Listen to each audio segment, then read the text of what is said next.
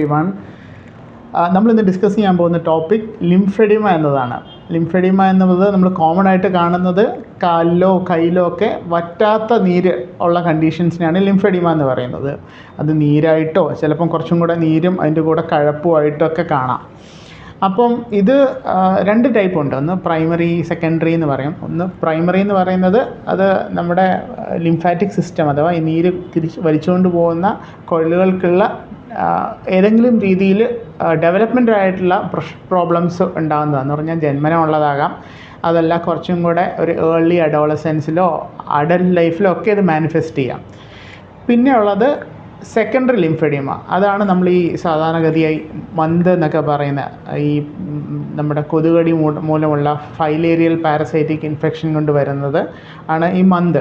അത് ഒരു കോമണസ്റ്റ് ആയിട്ടുള്ള സാധനം. പിന്നെ ബ്രസ്റ്റ് ക്യാൻസർ കഴിഞ്ഞ് അതിൻ്റെ സർജറിയും റേഡിയോതെറാപ്പിയൊക്കെ കഴിഞ്ഞ് ഒത്തിരി സ്ത്രീകൾക്ക് ഈ കയ്യിൽ നീര് വരുന്നുണ്ട്. അതും സെക്കൻഡറി ലിംഫെഡിമയിൽപ്പെട്ടതാണ്. അതുപോലെ തന്നെ ഗൈനക്കോളജിക്കലായിട്ടുള്ളോ യൂറോളജിക്കലായിട്ടുള്ളോ ക്യാൻസർ കഴിഞ്ഞിട്ട് കാലിൽ നീര് വരും, വറ്റാത്ത നീര് വരും.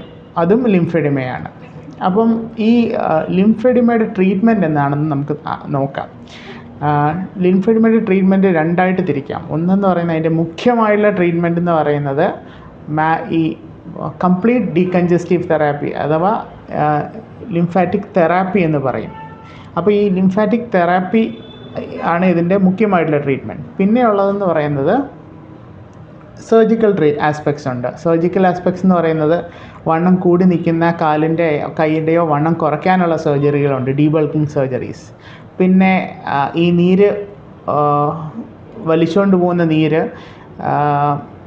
ആ നീരിൻ്റെ വലിച്ചുകൊണ്ട് പോകുന്നത് ഇമ്പ്രൂവ് ചെയ്യാനുള്ള സർജറീസ്. ഇതേ ഞാൻ ഈ പറഞ്ഞ തരത്തിലുള്ള സിംറ്റംസ് ഉള്ള പേഷ്യൻസ് വന്നു കഴിഞ്ഞാൽ നമ്മൾ സാധാരണഗതിയിൽ ചെയ്യുന്നത് ബാക്കിയുള്ള ഏതെങ്കിലും ഇതിന് അസോസിയേറ്റഡ് ആയിട്ടുള്ള കണ്ടീഷൻസൊക്കെ റൂൾ ഔട്ട് ചെയ്യുക എന്നുള്ളത്.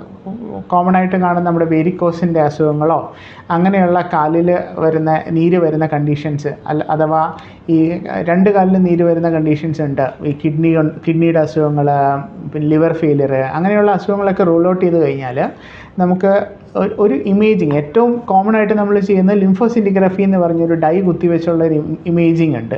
അത് ചെയ്താൽ നമുക്ക് ഈ ലിംഫെഡിമ ആണോ അത് ലിംഫെഡിമയുടെ ഗ്രേഡിങ് എന്താണ്, എത്ര തോതിലുള്ള ലിംഫെഡിമയാണ് എന്നുള്ളതൊക്കെ കണ്ടുപിടിക്കാൻ പറ്റും. അപ്പം ഇങ്ങനെയുള്ള കണ്ടുപിടിച്ച് കഴിഞ്ഞാൽ പിന്നെ നമ്മൾ അതിൻ്റെ ട്രീറ്റ്മെൻറ്റിലോട്ടാണ് കിടക്കുക. ട്രീറ്റ്മെൻറ്റ് എന്ന് പറയുന്നത് നമ്മൾ ഉദ്ദേശിക്കുന്നത് എന്താണ്, ഇതിൻ്റെ ഗോൾസ് ഓഫ് ട്രീറ്റ്മെൻറ്റ്. നമ്മൾ ലിംഫെഡിമ ട്രീറ്റ് ചെയ്യുന്നത് ഒന്ന് നീര് കുറയ്ക്കാൻ, രണ്ടാമത്തത് അപ്പോൾ നീര് കുറയ്ക്കുന്നതുകൊണ്ട് ഭാരം കുറയുന്നു, രണ്ടാമത്തത് നമ്മുടെ കോസ്മസിസ് അഥവാ കാലിൻ്റെ ഭംഗി കൂടുന്നു, അതിനേക്കാളും കൂടുതൽ കാലിൽ ഇൻഫെക്ഷൻ വരുന്നതിൻ്റെ റേറ്റ് കുറയും. പിന്നെ നമുക്ക് നമ്മുടെ കാലിൻ്റെ സ്കിന്നിൻ്റെ സ്കിന്നിൻ്റെ ടെക്സ്ചറും സ്കിന്നിൻ്റെ നോർമൽ കണ്ടീഷനും ഒക്കെ മെയിൻറ്റെയിൻ ചെയ്യാനായിട്ട് ഇതൊക്കെയാണ് ഇതിൻ്റെ ട്രീറ്റ്മെൻറ്റ് ഗോൾസ് എന്ന് പറയുന്നത്. പിന്നെ പ്രോഗ്രസ് ചെയ്യാതിരിക്കുക.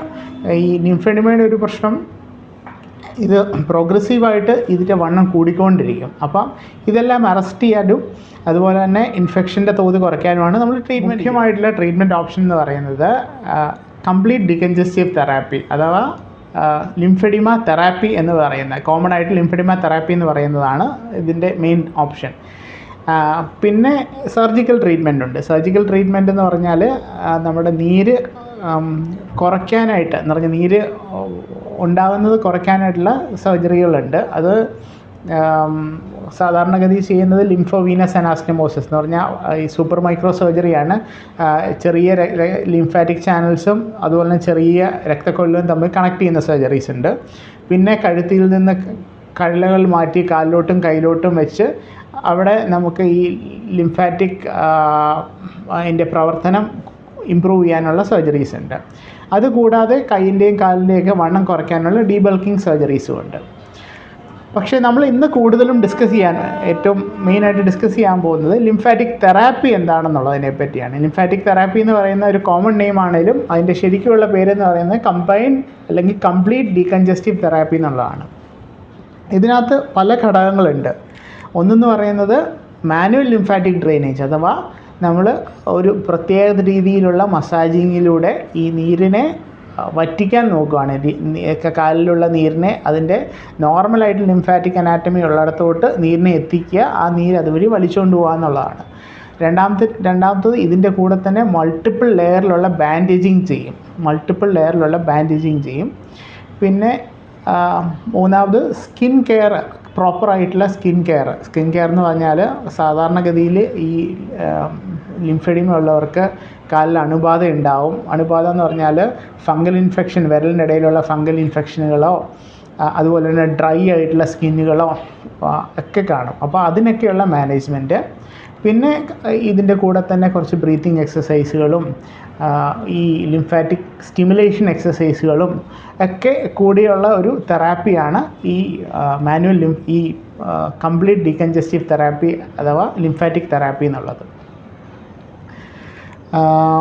ഈ ലിംഫാറ്റിക് തെറാപ്പി 2 സ്റ്റേജിലായിട്ടാണ് ചെയ്യുന്നത്. Face 1, face 2. ഫേസ് 1 എന്ന് പറയുന്നത് ഇൻറ്റൻസീവ് ഫേസ്, അഥവാ നമ്മൾ രോഗി ഹോസ്പിറ്റലിലെ ഒരു ഡോക്ടറിൻ്റെയും തെറാപ്പിസ്റ്റിൻ്റെയും നേതൃത്വത്തിൽ ചെയ്യുന്ന ചികിത്സയാണ് ഈ ഇൻറ്റൻസീവ് ഫേസിൽ. അപ്പോൾ അതിനുശേഷം എന്താണോ നമ്മൾ ഇവിടെ ഹോസ്പിറ്റലിൽ ചെയ്യുന്നത് അതുതന്നെ നമ്മൾ രോഗിയെയും രോഗിയുടെ കൂട്ടിരിപ്പുകാരെയും പഠിപ്പിച്ചിട്ട് ഇതേ തെറാപ്പി തന്നെ നമ്മൾ വീട്ടിൽ പോയി ചെയ്യും. അതാണ് മെയിൻ്റനൻസ് തെറാപ്പി.